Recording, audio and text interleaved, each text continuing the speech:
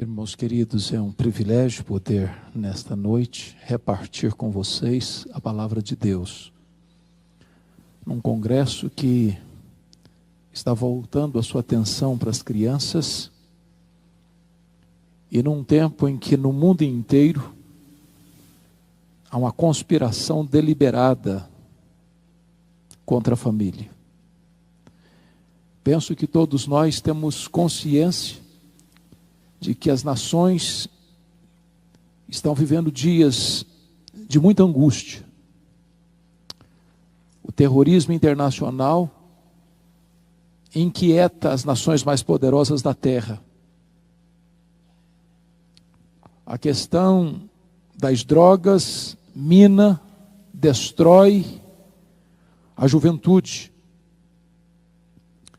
A chamada ideologia de gênero, que atenta contra os valores e os pilares da família, no Brasil e no mundo, tem sido divulgado por aqueles que deveriam defender a família, do palácio ao parlamento, às cortes, à grande mídia, à imprensa, passando pelo teatro, pela televisão, e até mesmo em alguns segmentos chamados religiosos, levantam esta bandeira.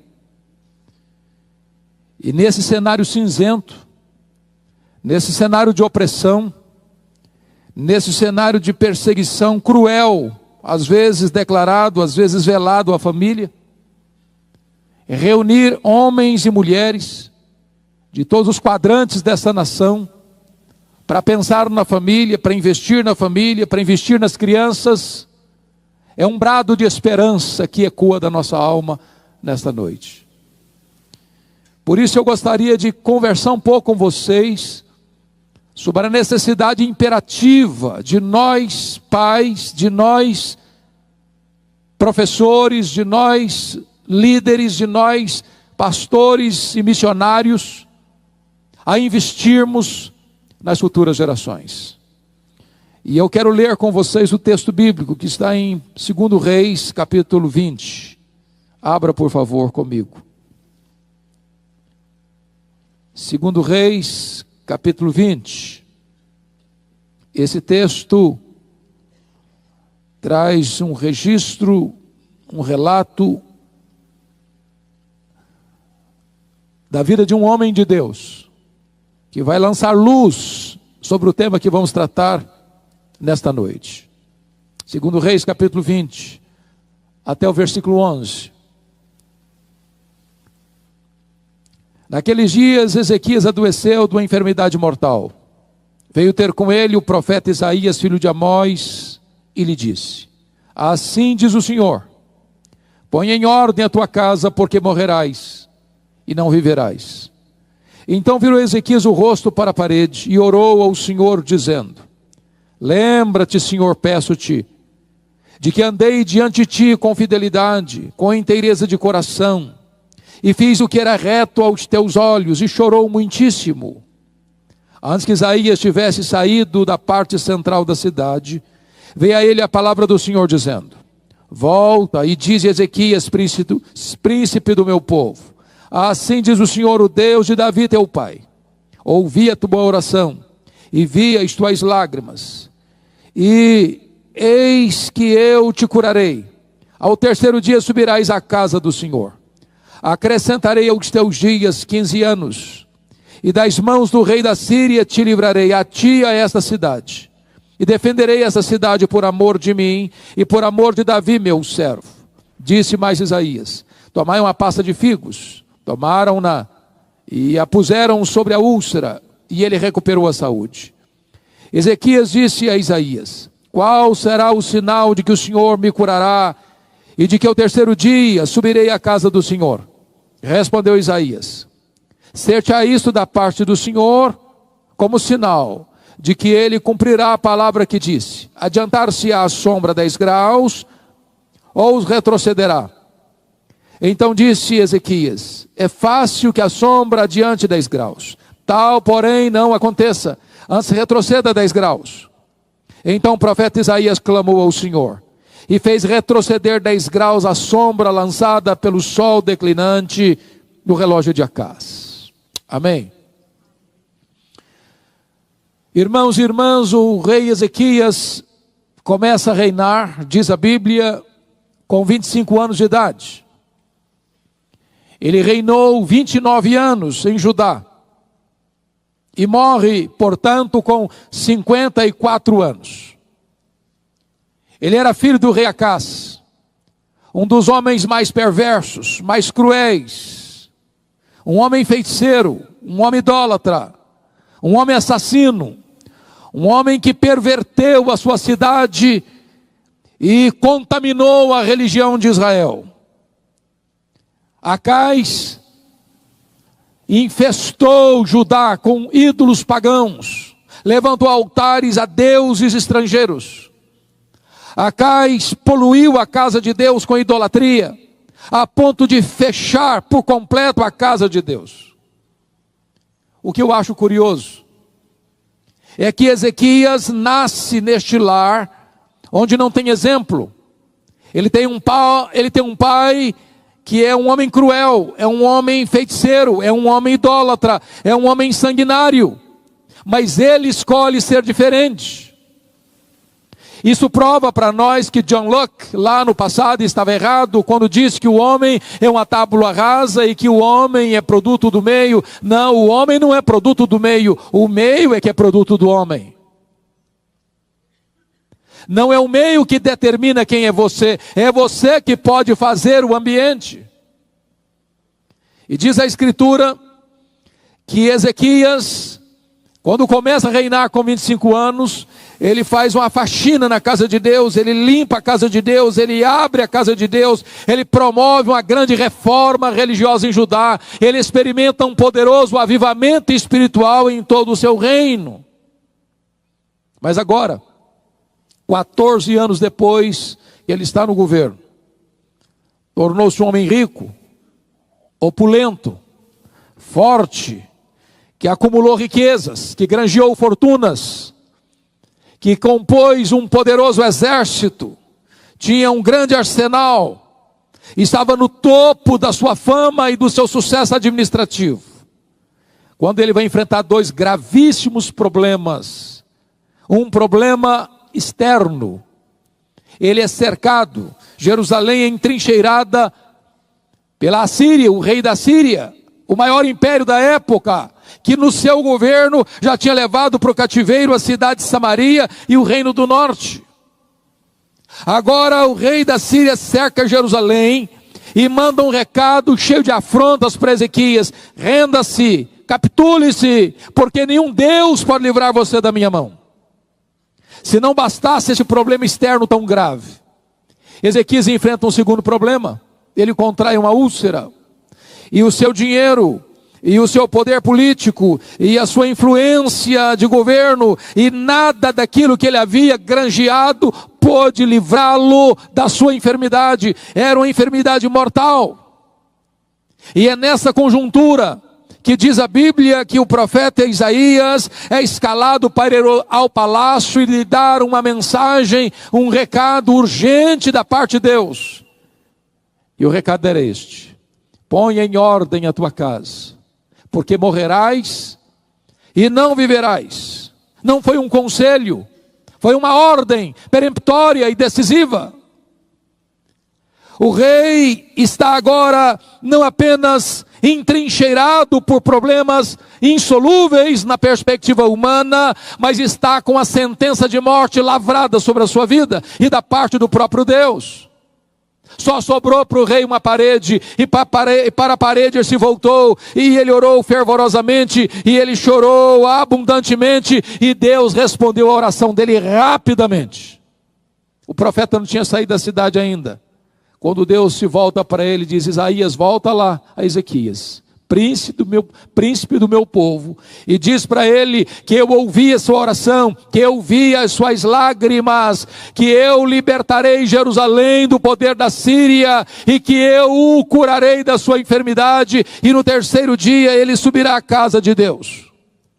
Quando Ezequias recebe de volta o profeta Isaías, Trazendo-lhe estas boas novas, Ezequias pergunta para Isaías: qual é a evidência que eu tenho de que Deus vai me curar e de que Deus vai libertar Jerusalém do poder da Síria? E o profeta pergunta para ele: o que é que você quer? Que a sombra do relógio de Acás avance 10 graus ou retroceda 10 graus? E o rei pensou: já que é para Deus fazer um milagre, eu quero um milagre maior. Porque andar para frente, todo relógio anda. Mas dar marcha ré, você ainda não viu o relógio dar marcha ré. Então ele pensou: já que Deus vai fazer um milagre, que retroceda 10 graus. E Deus interfere na estrutura do universo para atender a oração do profeta Isaías, para dar respostas milagrosas ao rei Ezequias. Um grande milagre, uma cura extraordinária, um livramento extraordinário. Esta notícia foi tão retumbante que reverbera para fora do território de Israel, transpira para além dos limites da nação. E o que vai acontecer? Qual foi a reação do rei diante desse milagre? Eu queria que você brevemente fosse comigo para o texto paralelo deste, 2 Crônicas 32, para nós vermos como é que Ezequias reagiu diante desse grande milagre. Porque esta informação está lá e não aqui em Reis. O registro de Crônicas é mais curto, mais lacônico que o de Reis, mas nos dá essa informação. Prestem bem atenção, versos 24 e 25 de 2 Crônicas 32. Naqueles dias adoeceu Ezequias mortalmente. Então orou o Senhor, que lhe falou e lhe deu um sinal. Mas não correspondeu Ezequias aos benefícios que lhe foram feitos, pois o seu coração se exaltou, pelo que houve ira contra ele e contra Judá e Jerusalém. Preste atenção, irmãos, que esse homem era um homem de Deus. Tanto o homem de Deus era, que a Bíblia chega a dizer que antes dele não teve ninguém parecido com ele, e depois dele ninguém foi semelhante a ele. Esse homem está vivendo 2 problemas gravíssimos, um problema político e um problema físico, um problema de entrincheiramento da sua cidade e um problema de enfermidade mortal, e Deus realiza um duplo milagre, e em vez dele se humilhar, e em vez dele dar glória a Deus, em vez dele exaltar o Deus Todo-Poderoso, diz a Bíblia que o seu coração se exaltou, e ele não correspondeu ao milagre de Deus. Receber um milagre é um grande privilégio, mas é também uma imensa responsabilidade. Agora vamos ver em que sentido o coração dele se exaltou. Volta comigo para 2 Reis, capítulo 20. Por favor. 2 Reis, capítulo 20. O que aconteceu então?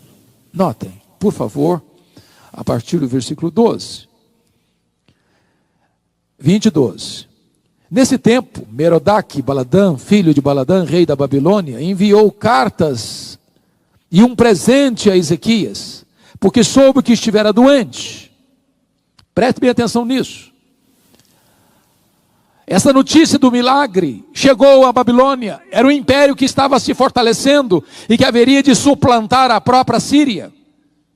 E quando o rei da Babilônia ouviu este milagre, esse fato extraordinário da cura e do livramento, ele compra um presente, ele escreve uma carta e manda uma comitiva diplomática visitar Ezequias.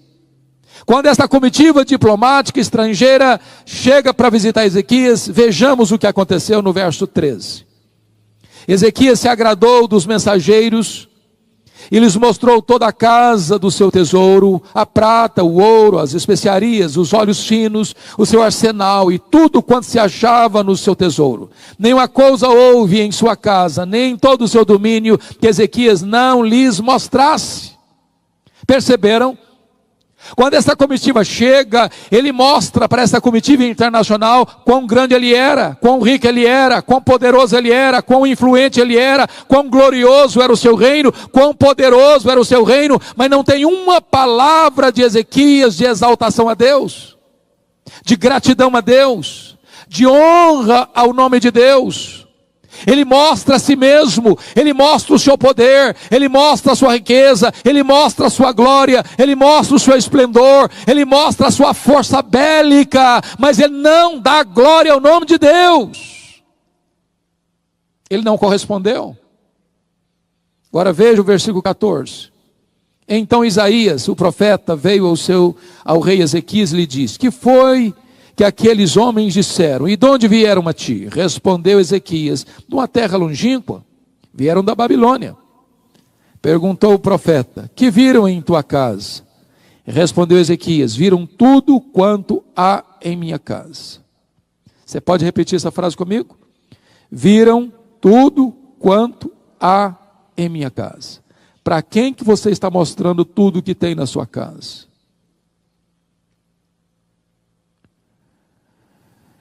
E diz a Escritura que quando o rei disse isso, respondeu Ezequias: viram tudo quanto há em minha casa, coisa nenhuma há nos meus tesouros que eu não lhes mostrasse. Agora veja a resposta do profeta. Então disse Isaías a Ezequias: ouve a palavra do Senhor.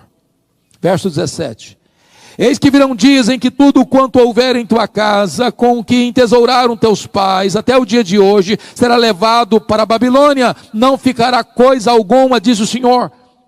Então olhe bem, Ele mostrou o seu poder, a sua riqueza, o seu sucesso, a sua glória, a glória do seu reino, e agora o profeta está dizendo: pois bem, você se exaltou por causa do seu dinheiro, você se exaltou por causa da sua fortuna, da sua riqueza, do seu poder, pois essa Babilônia, daqui a alguns anos virá, e vai saquear tudo, e vai rapinar tudo, e vai tudo embora, não vai ficar mais nada. O que você ajuntou, o que os seus pais ajuntaram, tudo isso vai ser levado embora para essa Babilônia. Mas tem mais, verso 18: dos teus próprios filhos que tu gerares, tomarão, ou seja, os teus filhos também serão levados como escravos, como cativos. Mas tem mais: para que sejam eunucos no palácio do rei da Babilônia. Ou seja, seus filhos, sua descendência vai ser castrada, não vão poder gerar. Não apenas você vai perder seus bens, não apenas você vai ver seus filhos se tornando escravos, mas seus filhos vão ser castrados e eles não vão poder gerar. Você quer uma tragédia maior do que essa? Sabe o que me choca? É a reação do rei. Vejamos a reação dele. Verso 19: então disse Ezequias a Isaías: boa é a palavra do Senhor que disseste. Bom, espera um pouquinho, Ezequias, você não está entendendo o que eu estou falando. Você não está entendendo. Eu estou falando para você que a Babilônia virá, vai saquear, vai espoliar, vai rapinar, não vai ficar nada. Está entendendo isso? Eu disse para você que dos filhos que tu gerares vão ser levados cativos. Você está entendendo isso, que os filhos vão ser escravos? Você está entendendo que seus filhos vão se tornar eunucos, castrados no palácio dos reis da Babilônia? Você está entendendo isso? Você é louco, homem. Como é que você vai dizer que boa essa palavra? Você perdeu o juízo. Qual é a explicação do rei? Boa essa palavra que disseste, pois pensava: haverá paz e segurança em meus dias. Sabe o que ele está dizendo? Quando isso acontecer, eu já empacotei. Quando isso acontecer, eu já não estou mais aqui para contar a história. Depois que eu morrer, desculpem da expressão, eu não estou nem aí mais para as futuras gerações. Eu me importo comigo, só comigo. Que os outros se danem, que os filhos, que os netos, que os bisnetos, que as futuras gerações se danem. Eu estou somente preocupado comigo. Eu, pelo menos, vou morrer em paz. Lamentável, profundamente lamentável.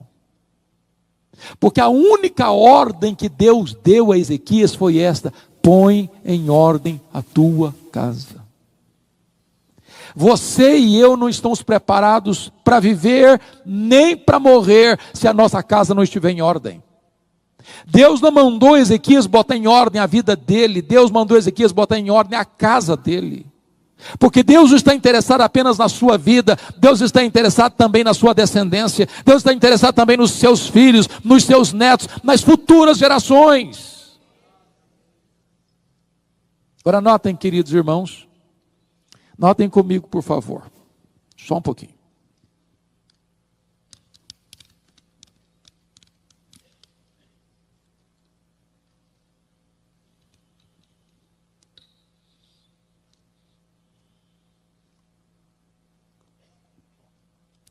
Notem comigo, por gentileza, o que aconteceu no capítulo 20, versículo 21.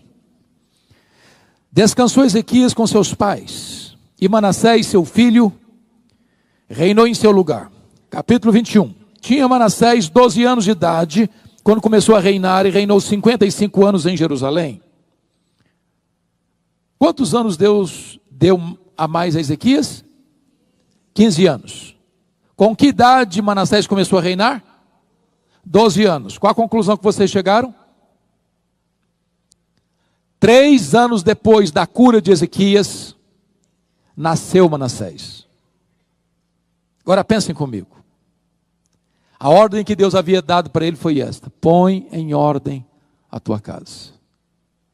Ele deveria ter pensado assim: bom, se Deus mandou botar em ordem a minha casa, agora nasce o meu sucessor, agora nasce o meu herdeiro, agora nasce aquele que vai reinar em meu lugar, quando eu morrer, eu vou fazer desse menino o meu projeto de vida, eu vou investir nele, eu vou ensinar para ele, eu vou inculcar na cabeça dele as verdades de Deus, eu vou orar com ele, eu vou gastar tempo com ele, eu vou discipular esse menino, eu vou andar com esse menino, eu vou ensinar esse menino a conhecer a Deus, a temer a Deus, a viver para a glória de Deus. Deus me deu uma ordem, e essa ordem vai ser prioridade na minha agenda, e eu vou cuidar desse menino, para que ele seja uma bênção, para que o seu reinado seja próspero, para que o seu reinado seja debaixo da bênção do Eterno. Eu vou investir na vida desse menino. Mas quem foi Manassés? Confira comigo, versículo 2. Fez Manassés o que era mal perante o Senhor, segundo as abominações dos gentios que o Senhor expulsara das suas possessões, de diante dos filhos de Israel, pois tornou a edificar os altos que Ezequias seu pai havia destruído, levantou altares a Baal, fez um poste ídolo, como o que fizera Acabe, rei de Israel, e se prostrou diante de todo o exército dos céus e o serviu. Edificou altares na casa do Senhor, da qual o Senhor tinha dito: em Jerusalém porei o meu nome. Também edificou altares a todo o exército dos céus, nos 2 átrios da casa do Senhor. Olha o verso 6.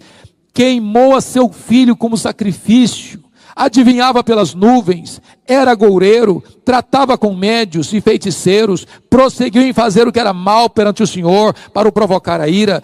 Qual a sensação que eu tenho? É que esse homem era o homem mais endemoniado da história. Foi o pior rei de Judá. Esse homem foi um monstro. Olhe comigo o verso 16. Além disso, Manassés derramou muitíssimo sangue inocente, até encher Jerusalém de um a outro extremo. Ele era um assassino perverso, ele era um ditador cruel, ele era um homem vil, ele era um idólatra, ele era um feiticeiro, ele era um assassino, ele era um pervertido, ele mandou queimar seus próprios filhos, ele era goureiro, ele era feiticeiro. Esse homem era terrível. Dá a impressão que ele tinha bronca do seu pai, porque tudo que o pai fez, ele desfez. Tudo que o seu pai gostou, ele odiou. Tudo que o seu pai odiou, ele gostou. Ele foi o pai pelo avesso. Por que isso? Exatamente porque Ezequias não pôs em ordem a sua casa. Ezequias não levou a sério esta ordem divina. O transtorno terrível que se abateu sobre Jerusalém e Judá foi responsabilidade de um homem que, ouvindo uma ordem de Deus, não obedeceu. Põe em ordem a tua casa. Aliás, o profeta que foi o mensageiro de Deus ao seu pai, Ezequias, diz a história que foi Manassés quem mandou serrar o profeta Isaías ao meio. Os anos se passaram, a profecia de Isaías se cumpre, a Babilônia se fortaleceu, a Babilônia dominou a Síria, a Babilônia se transforma no maior império do mundo de sua época, e agora a Babilônia vem a Jerusalém e entrincheira Jerusalém. E agora a Bíblia vai relatar esse fato. Você pode ler isso no livro de Lamentações de Jeremias. A cidade ficou cercada, ninguém entrava, ninguém saía. A fome, a sede, a doença, o desespero, a ponto de dizer, diz a Bíblia, que as mães comiam os cadáveres de seus próprios filhos. A ponto da Bíblia dizer que mais felizes foram os que morreram à espada dos que os que morreram de fome dentro das muralhas. E então, quando Jerusalém não podia mais resistir, Nabucodonosor entrou na cidade, arrasou a cidade, destruiu os muros da cidade, destruiu o templo de Salomão e fez uma carnificina na cidade, e pisando crianças e velhos como lama nas ruas, e levando o povo para o cativeiro. Agora notem comigo, por favor, vá comigo para Jeremias, capítulo 15, para você entender a gravidade disso. Por favor, Jeremias 15. Disse-me, porém, o Senhor, verso 1: ainda que Moisés e Samuel se pusessem diante de mim, meu coração não se inclinaria para este povo. Lança-os diante de mim e saiam.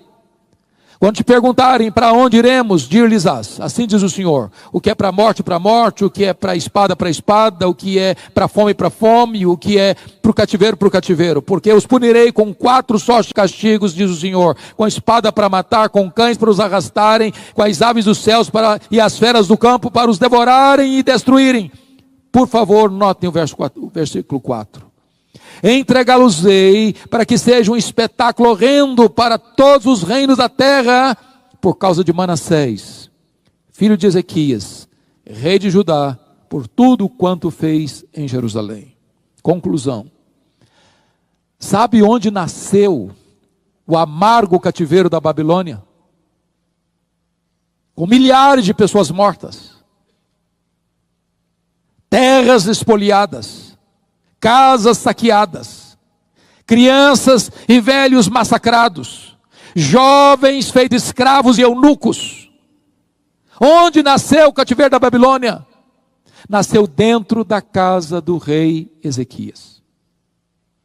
A casa do rei Ezequias foi o ventre, foi o útero que gestou o cativeiro da Babilônia. Por quê, irmãos? Porque tamanha tragédia desaba sobre uma nação, porque um homem se recusou a colocar em ordem a sua casa, não investindo nas futuras gerações. Alguém já disse que Davi salvou o mundo e perdeu a sua família. Alguém já disse que Noé perdeu o mundo e salvou a sua família. Talvez o projeto de Deus é que o mundo seja alcançado através da nossa família. Eu vejo na Escritura que Deus tem um projeto para cada um de nós. O grande projeto de Deus na vida de Moisés era libertar o povo da escravidão do Egito. O grande projeto de Deus na vida de Josué era introduzir o povo na terra prometida. O grande projeto de Deus na vida de Davi era unificar um grande reino. O grande projeto de Deus na vida de Salomão era construir o templo de Jerusalém. O grande projeto de Deus na vida de Neemias era restaurar a cidade de Jerusalém. O grande projeto de Deus na vida de João Batista era preparar o caminho do Senhor. O grande projeto de Deus na vida de Pedro era abrir a porta do evangelho para judeus e gentios. O grande projeto de Deus na vida de Paulo era levar o evangelho a todas as nações. Mas agora você pode fazer uma pergunta: e qual era o grande projeto de Deus na vida de Abraão, o pai da fé? A Bíblia responde essa pergunta. Confira comigo, por favor, no livro de Gênesis, capítulo 18, versos 18 e 19. Notem aí o que está escrito. Está escrito o seguinte: visto que Abraão certamente virá a ser uma grande e poderosa nação, e nele serão benditas todas as famílias da terra, porque eu escolhi para que ordene a seus filhos e a sua casa depois dele, a fim de que guardem o caminho do Senhor e pratiquem a justiça e o juízo. Para que Deus chamou Abraão? Com que finalidade? Com que propósito? Com que objetivo? Deus escolheu Abraão para que ele ordenasse a seus filhos e a sua casa depois dele, a fim de que guarde o caminho do Senhor e pratique a justiça. Mas vamos entender isso. Eu pergunto a vocês, que idade tinha Abraão quando o filho da promessa nasceu? Que idade? 100 anos de idade. Com que idade o filho da promessa, Isaac, se casou? Quantos anos? 40 anos. Então quantos anos tem Abraão? 140. A mulher de Isaac era estéril, Rebeca. Quantos anos Isaac orou por ela para ser curada? 20 anos. 20 anos. Portanto, quando Esaú e Jacó, netos de Abraão, nasceram, quantos anos tinha Isaac? 60 anos. Quantos anos tem Abraão? 160 anos. Com que idade Abraão morreu? 175 anos. Então, quantos anos Abraão teve a oportunidade de conviver com os netos? Apenas 15 anos. Falei, então eu não estou entendendo. Então eu não estou entendendo. Se Deus chama Abraão com um propósito, para que Abraão ensinasse a casa dele e os que vêm depois dele a pôr em Deus a sua confiança, e ele só conviveu com a sua descendência 15 anos, meu Deus, eu não estou entendendo. Mas sabe o que está acontecendo? Está lá em Hebreus 11, 13, que ele viu a promessa de longe e a saudou. Porque cada um de nós que estamos aqui nesta noite, somos filhos de Abraão.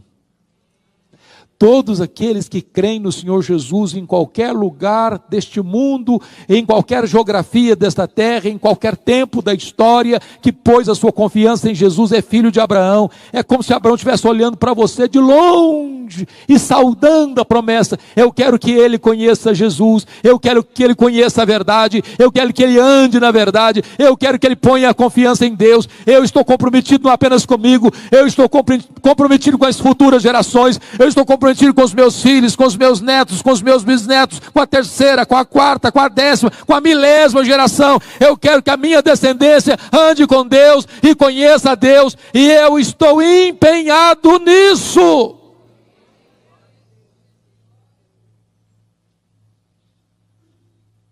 É necessário investir nas futuras gerações.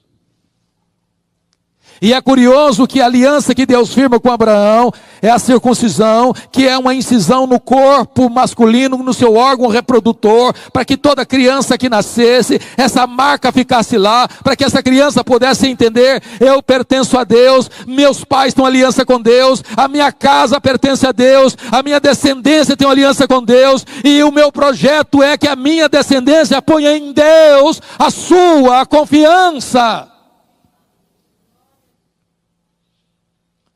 Irmãos amados, eu fico olhando para a Bíblia e vejo alguns homens extraordinários. E um deles é Samuel. Samuel exerceu uma tríplice função na sua nação. Ele foi profeta, ele foi sacerdote, ele foi juiz. Ele exerceu um papel político e um papel espiritual. Ele começa cedo. Seu nascimento foi um milagre. Sua vida foi um portento. E diz a Bíblia que ele já está velho, coberto de cães, já está se aposentando. E ele se levanta então para dar um testemunho à nação, para prestar um relatório, para fazer uma prestação de contas à sua nação. E eu queria que você visse comigo o teor desse relatório, dessa prestação de contas de Samuel à sua nação. Abra aí 1 Samuel capítulo 12, por favor. Olhe o relatório deste homem. 1 Samuel capítulo 12. Versículo 2, ele diz assim: já envelheci e estou cheio de cães, e meus filhos estão convosco. Meu procedimento esteve diante de vós desde a minha mocidade até o dia de hoje. Ou seja, um homem com a vida pública limpa, proba, incorruptível, com lisura, com transparência, do começo ao fim. Verso 3: eis-me aqui, testemunhai contra mim perante o Senhor e perante o seu ungido, de quem tomei o boi, de quem tomei o jumento, a quem defraudei, a quem oprimi, e das mãos de quem aceitei de suborno, para encobrir com ele os meus olhos, e vô-lo restituirei. Eu fico pensando se alguns políticos de Brasília conseguiriam dar um relatório dessa nação. Homem honesto, que lida com muito dinheiro, mas não toma um centavo do que não é seu. Um homem que administra o seu país, mas ninguém pode acusá-lo de ter fraudado ninguém, de ter corrompido ninguém, de ter recebido suborno de ninguém. E ele chama a nação para confrontá-lo. Qual a resposta da nação? Olha aí, por favor. Versículo de número 4. Então responderam: em nada nos defraudaste, nem nos oprimiste, nem tomaste coisa alguma das mãos de ninguém. E ele lhes disse então: o Senhor é testemunha contra vós outros, e o seu ungido é hoje testemunha de que nada tens achado nas minhas mãos. E o povo confirmou: Deus é testemunha. Vocês, amém. E vocês dizem: é assim que eu quero fechar as cortinas da minha vida. Porém, entretanto, todavia, entrementes, algo não aconteceu bem na vida desse homem. Quer ver? Vá para o capítulo 8 comigo, desse mesmo livro. Capítulo 8 não é mais Samuel prestando um relatório à nação, mas o capítulo 8 são os anciãos de Israel, os líderes da nação, indo a Samuel para confrontá-lo. Veja comigo, capítulo 8, versículo 1. Então Samuel, tendo Samuel envelhecido, constituiu seus filhos por juízes sobre Israel. Alguma coisa estranha aqui? Notaram alguma coisa diferente aqui? Eu pergunto a vocês: quem constituía juiz em Israel? Quem? Deus. Samuel está constituindo seus filhos como juízes sobre Israel. Está sentindo o cheiro de nepotismo aqui? Irmãos, essa cultura ainda existe hoje, achando que ministério é hereditário. Ministério não é hereditário. Não é porque o pai é pastor que o filho tem que ser pastor. Você só pode ser pastor se Deus chamar você para o ministério.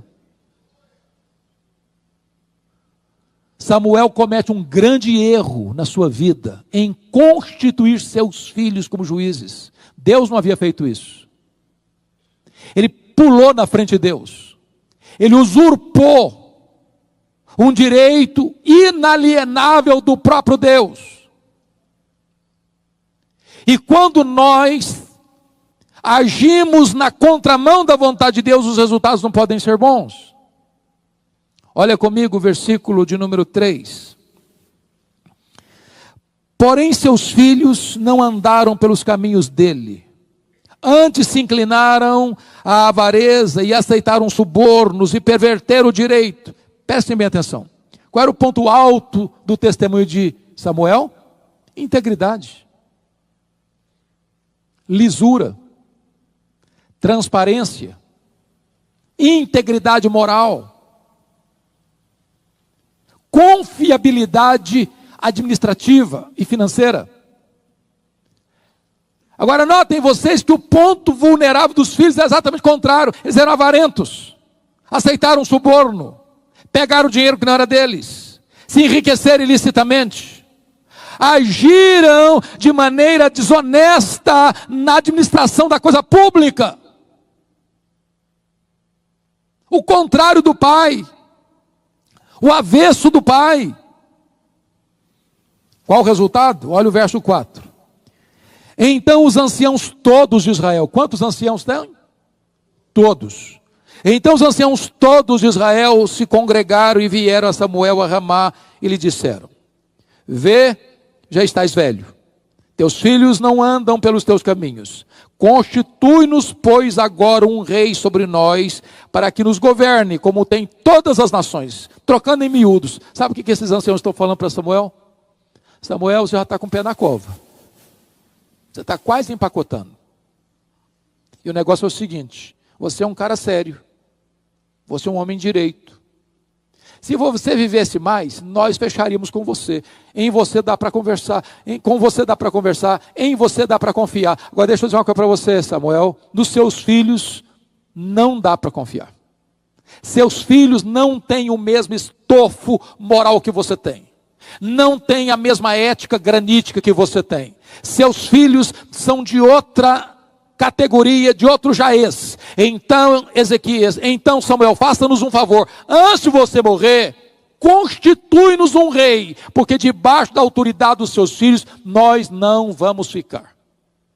Prestem bem atenção, que o povo de Israel rejeita a teocracia, rejeita o governo de Deus, e quer e clama pela monarquia.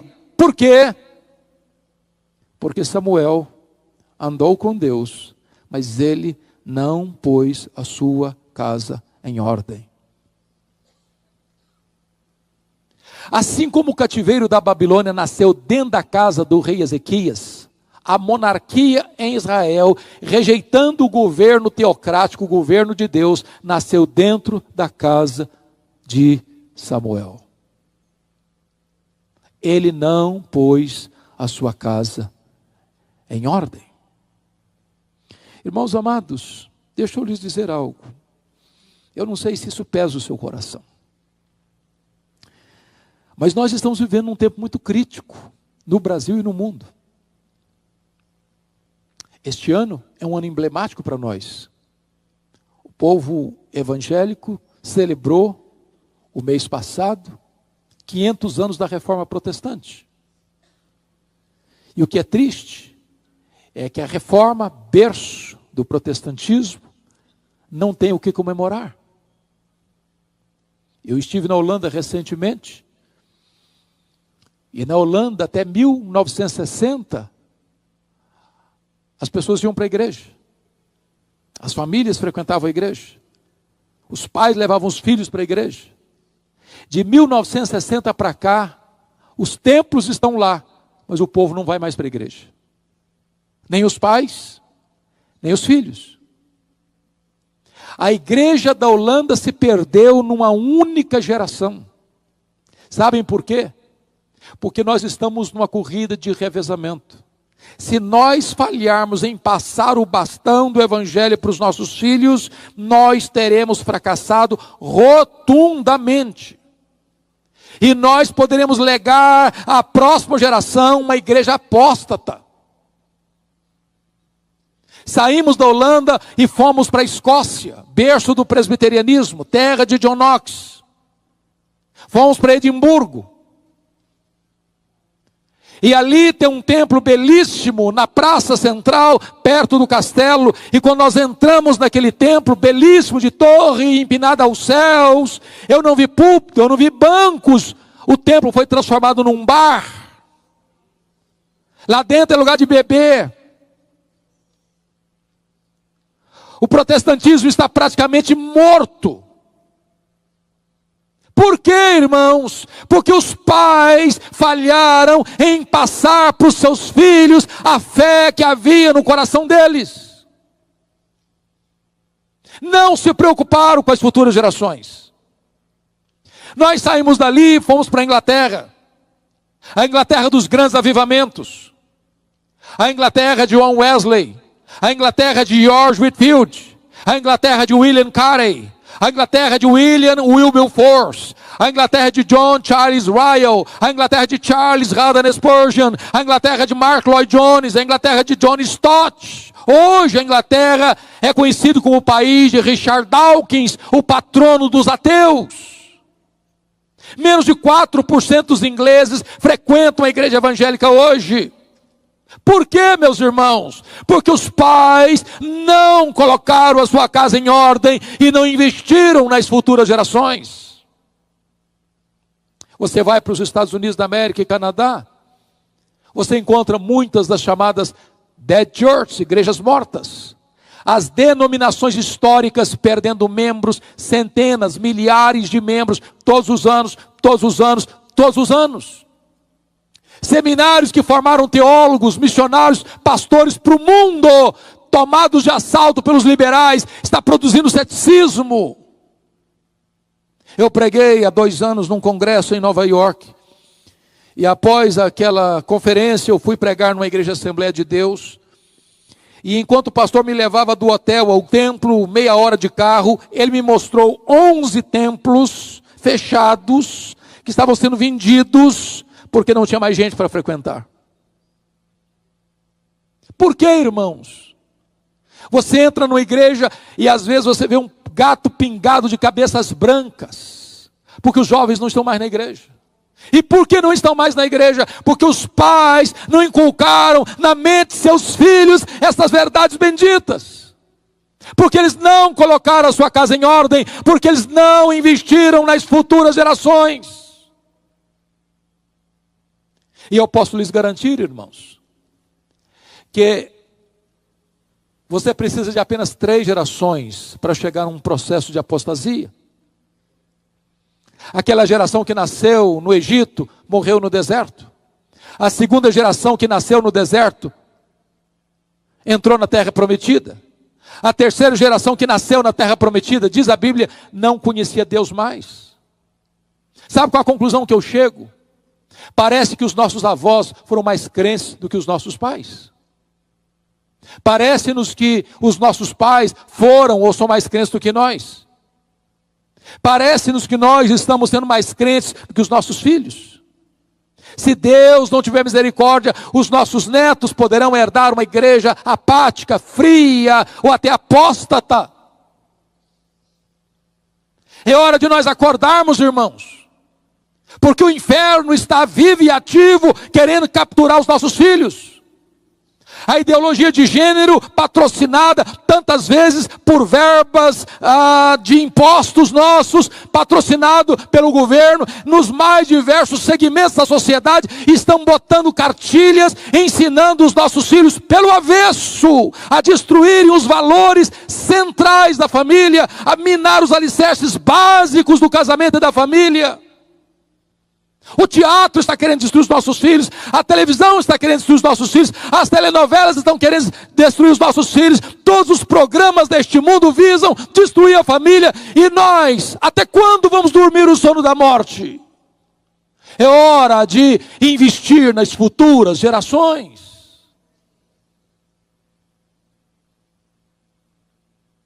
E eu queria concluir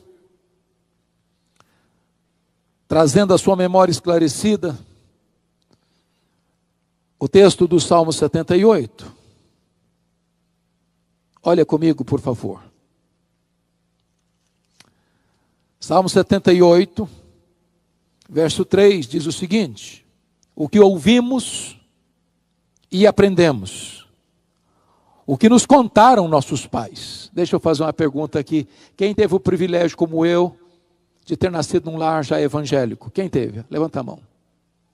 Louvado seja Deus. Que privilégio. Que privilégio você ter ouvido o que seus pais contaram para você. Seus pais ensinaram a você. Você bebeu o leite da piedade desde a sua infância. Agora notem isso, privilégio implica numa promessa. Olha o verso 4.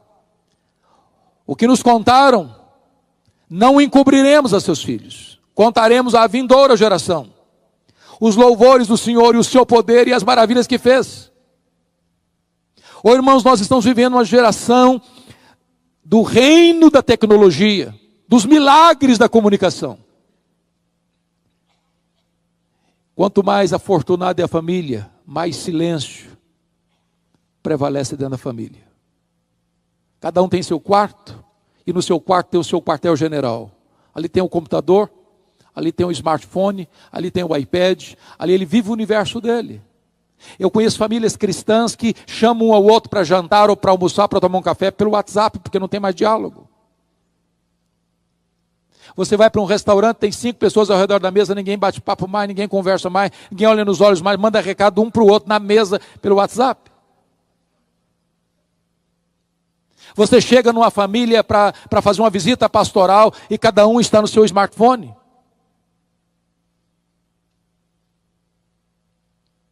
E às vezes nós estamos contribuindo ainda mais para isso. E é necessário que você, pai, que você, mãe, pegue o seu filho, pegue a sua criança e bote no colo e conte para ela o que Deus fez na sua vida. Que você desligue um pouco a televisão, que você coloque limites e horários para o computador e você comece a ensinar as verdades de Deus, a inculcar essas verdades no coração de seus filhos e de seus netos.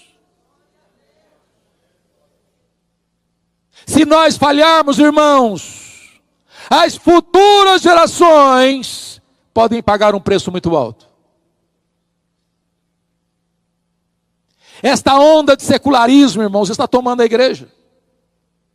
Que destruiu a igreja na América do Norte, que está destruindo ainda hoje, que está devastando a igreja na Europa, está chegando aqui também. A secularização. E o que é secularização, irmãos? É a ideia de que nós podemos ser crentes e mundanos ao mesmo tempo. Há poucos dias, um presbítero me disse assim: eu preciso sair mais cedo da reunião porque eu tenho que buscar minha filha 3 horas da manhã na balada. Falei: aonde você vai buscar sua filha? Na balada, qual o problema? Já virou natural isso. A moçada sair da balada para a reunião de oração e da reunião de oração para a balada. Nós estamos nos amoldando ao mundo, nós estamos nos aculturando ao mundo, nós estamos nos secularizando. Eu tenho como pastor ficado aflito, sabe uma coisa? As festas de casamento dos nossos filhos hoje, dos nossos crentes, estão se transformando numa vergonha. Uma vergonha. Você sai da igreja num belíssimo cerimonial de casamento, numa festa linda, onde a pregação foi feita, onde as músicas sacras foram entoadas, louvores a Deus foram erguidos, e quando você vai para um rico cerimonial, lá o pau quebra. O pau quebra, porque a música que rola lá não tem nada a ver com Deus, mas não. As luzes se acendem como uma boate moderna, bebida alcoólica, se serve todas, e o povo de Deus cai na pista de dança e volta para casa com as pernas trôpegas. Como é que nós vamos dizer para os nossos filhos que eles precisam ser santos ao Senhor, se nós estamos promovendo isso? Ou nós botamos o pé no freio, irmãos, e começamos a pensar que a delícia da vida, que o prazer da vida, que a alegria da vida, que a plena felicidade da vida não está na boate, não está no teatro, não está nas festas mundanas, não está na bebedeira, não está nas baladas, está na presença de Deus, porque é só na presença de Deus que tem plenitude de alegria.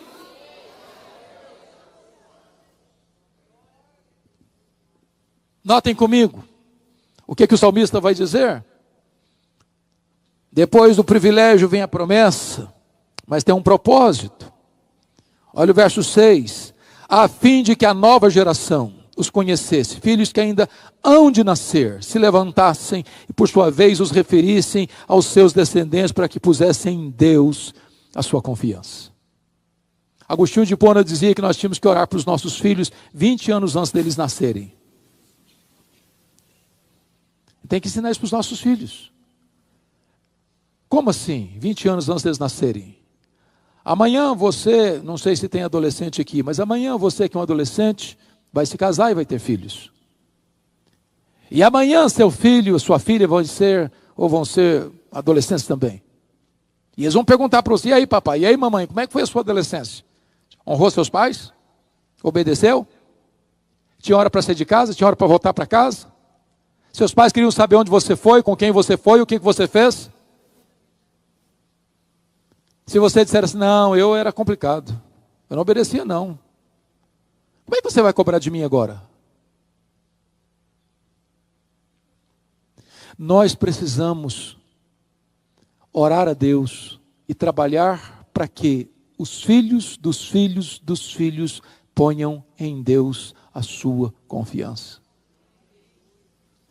Você é avô, você é avó, quem sabe onde você chamar seu neto, não para brincar, não para dar um presente para ele, mas para botá-lo no colo e para ensinar para ele as verdades de Deus.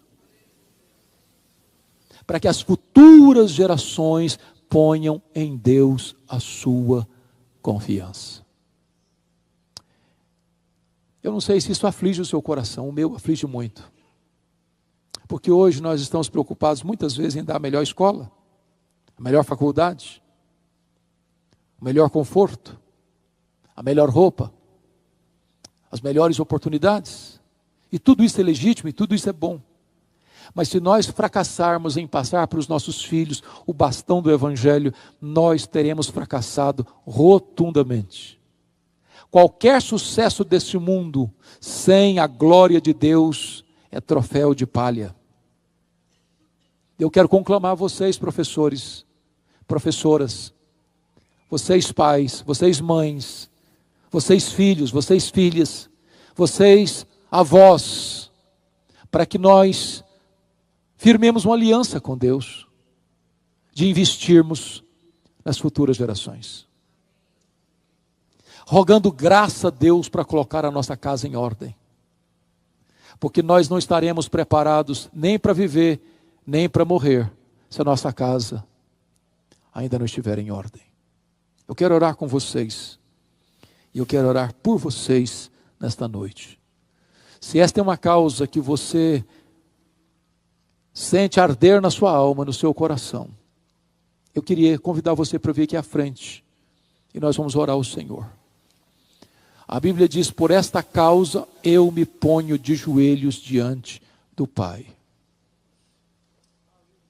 Eu anseio, mais do que qualquer outra coisa na vida, é ver os meus filhos comprometidos com Deus, cheios do Espírito Santo de Deus, sendo vasos de honra nas mãos de Deus, sendo levantados por Deus nessa geração, sendo instrumentalizados por Deus na sua obra e no seu reino. Nenhum sucesso nosso compensa o fracasso dos nossos filhos. Nenhum sucesso. É hora de nós investirmos nos nossos filhos. A nossa herança não é a casa que moramos, não é o carro que andamos, não é o dinheiro que acumulamos. A herança de Deus são os nossos filhos. E nós precisamos colocá-los em primeiro lugar na nossa agenda. Põe em ordem a tua casa. Nós vamos buscar a face de nosso Deus.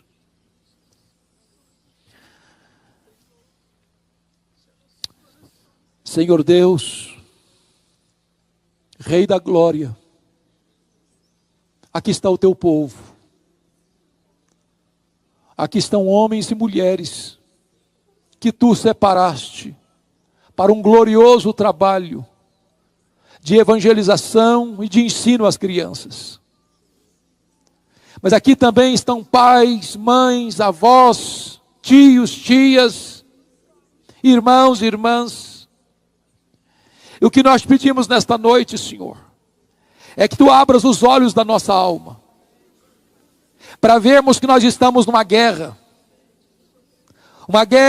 terrível, infernal, onde há muita orquestração ao redor dos nossos filhos, para seduzi-los, para atraí-los, para dividir o coração deles, para secar a alma deles, para cegar o entendimento deles, para tirar deles qualquer sensibilidade espiritual.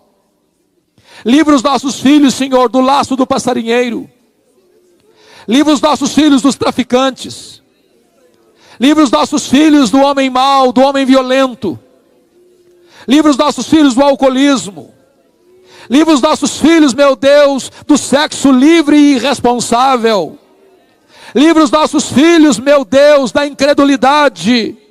Livra os nossos filhos da ansiedade, da depressão, da obra terrível e perigosa de Satanás. Guarda os nossos filhos, guarda a mente deles, guarda o coração deles, guarda os pés deles, em nome de Jesus. Os nossos filhos são teus, Senhor. Eles são herança tua. Nós não geramos para a morte, nós não os geramos para o cativeiro, nós não geramos filhos para povoar o inferno. Tem misericórdia de nós. Oh meu Deus, cobre a nossa casa com o sangue do Cordeiro. Coloca, meu Deus, te rogamos, os nossos filhos na arca da salvação. Oh Senhor, proteja os nossos filhos das setas inflamadas do maligno, e dá-nos alegria, Deus, de ver os nossos filhos convertidos, de ver os nossos filhos transformados, de ver os nossos filhos instrumentalizados por Tua graça.